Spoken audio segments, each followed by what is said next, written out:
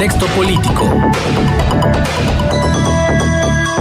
Y recibimos vía telefónica al licenciado Luis Fernando Salazar Ulfo, abogado y analista político, para abordar el contexto en esta materia. Luis Fernando, buenos días, bienvenido. Muy buenos días, Diana, también buenos días a Marcela. Y me quiero permitir meter mi cuchara en los temas que escuché que estaban tratando en el tuit con los radioescuchas. Adelante, por supuesto. Y es que, pues realmente el tema de la aprobación al vapor o al albazo de la ley esta del sistema anticorrupción a modo de lo que el gobernador quiere, pues sí amerita decir o reflexionar sobre que fue hecho de una manera apresurada y sí se le puede dar marcha atrás en la legislatura siguiente por cuestión elemental de que sin embargo queda atravesada en caso de que así se hiciera, y creo yo que así tendrá que hacerse, deja atravesada esta ley que impediría que se aplique retroactivamente la que se llegue a aprobar el año entrante. Esta es una trampa más. Vivimos con un gobierno tramposo que se la pasa sometiéndonos a una especie de carrera de obstáculos para eludir sus compromisos, para mantenerse en la impunidad, para seguir cometiendo delitos, y esta aprobación que se ha hecho de la ley anticorrupción, pues eso les ofrece. El año que entra que se pueda cambiar esa ley, va a ocurrir que no se va a poder aplicar en forma retroactiva, sino nada más del año entrante en adelante, y va a quedar atravesada esta ley anticorrupción hecha a modo de Rubén Moreira, para protegerse pues de una acción de la justicia. No quiero decir con esto que no se pueda hacer justicia, claro que se puede hacer, pero este es un obstáculo más que ponen en el camino. Será mucho más complicado, ¿no?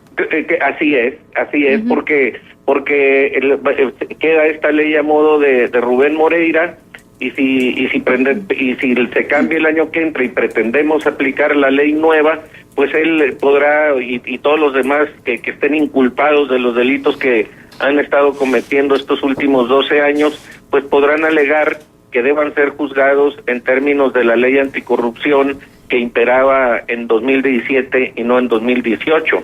Yeah. Y esto pues también tiene relación con la forma verdaderamente impresionante y odiosa en que ha servido a los intereses del moreirato José María Frausto Siller, que es el presidente del Congreso, y que ahora anuncia que va a dejar la presidencia del Congreso para irse a encabezar el disque equipo de transición de Riquelme, porque efectivamente todavía está por verse que la transición opere. Pero de ser así, pues sería una desgracia para el estado de Coahuila. Sería una forma de ver cómo el moreirato se recibe a sí mismo, una especie de entrega-recepción del propio moreirato entre sí, que desde luego pues lo único que puede ofrecernos es más de lo mismo a los ciudadanos de Coahuila, en términos de corrupción, en términos de opacidad, en términos de cero rendición de cuentas, etcétera, etcétera. Oye, Luis Fernando, déjame hacerte una pregunta muy en este sentido, por eso me permito interrumpirte.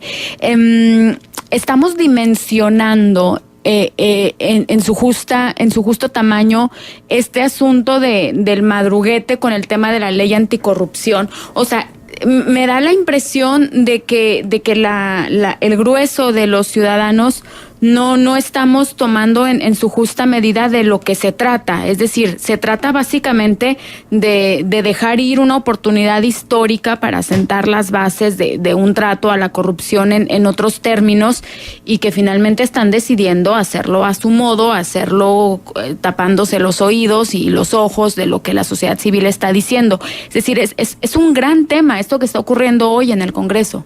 Y es una desgracia. Tienes toda la razón.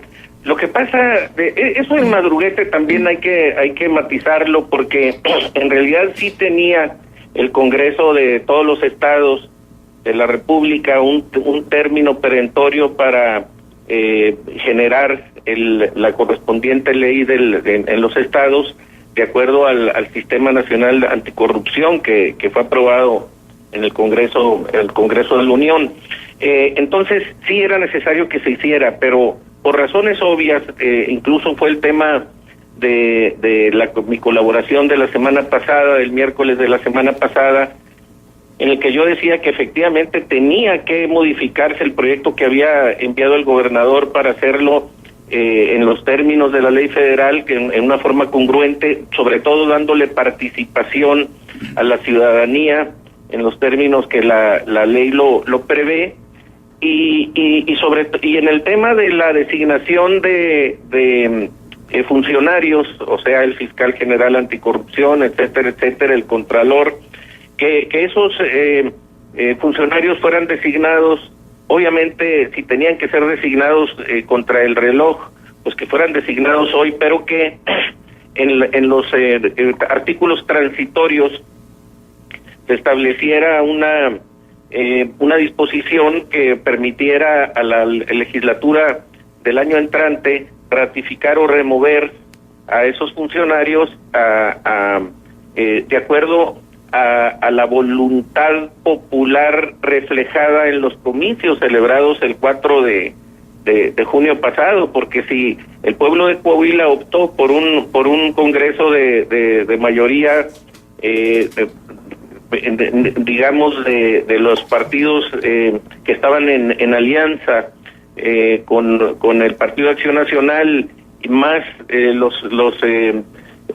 los diputados que entran por la plurinominales que entran por el lado de Morena, pues entonces habría que dejarle a esa representatividad que ya está elegida, pues un espacio de maniobra para poder intervenir al respecto, y que esos nuevos diputados que entrarán en funciones el día 1 de enero del año entrante, pues pudieran tener la posibilidad de ratificar o remover a estos funcionarios.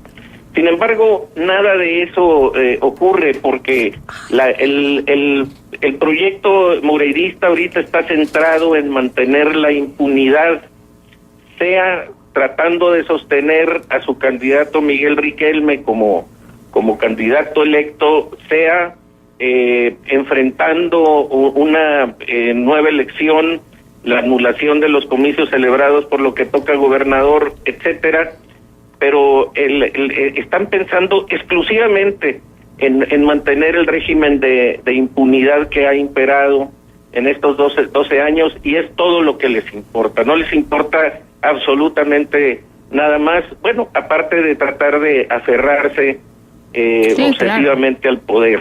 No, bueno, y no sé, y salvarse, ¿no? Porque finalmente esto también puede implicar imputaciones serias. ¿En qué sentido?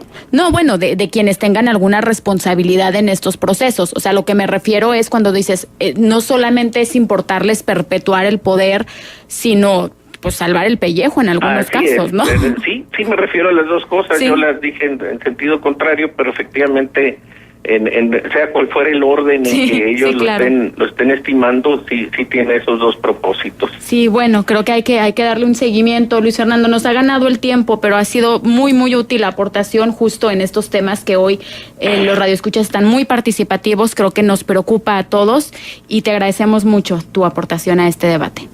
Muchas gracias a ustedes y nos vemos por aquí. Muchísimas gracias. El licenciado Luis Fernando Salazar Gulfo, lo escuchó usted.